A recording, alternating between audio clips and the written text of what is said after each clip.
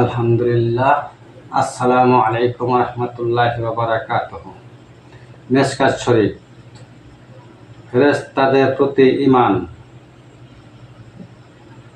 ফেরেশতাদের প্রতি এরূপ ঈমান আনবে যে তারা আল্লাহর সৃষ্টি জগৎসমূহের মধ্যে একটি জগৎ।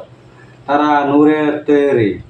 তারা ইচ্ছা অনুসারে বিভিন্ন রূপ ধারণ করতে পারে। তারা নারীও নন, পুরুষও নন।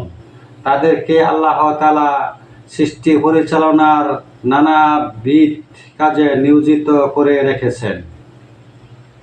তারা কখনো আল্লাহর হুকুম অমান্য করে না।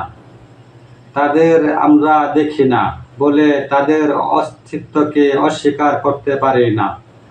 কারণ আমাদের কোনো জিনিসকে না দেখা বা না জানা তা না হওয়া কারণে হতে পারে না। এই পানি ও বাতাসের মধ্যে অনেক জীব ও জীবাণু রয়েছে, আমরা দেখতে পাই না, কিন্তু যন্ত্রের সাহায্যে দেখি।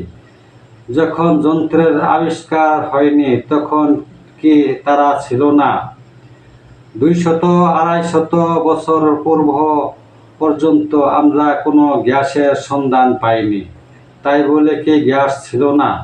সুতরাং কোরআন হাদিসে যখন তাদের উল্লেখ রয়েছে, কোরআন হাদিস মানার পর তাদের প্রতি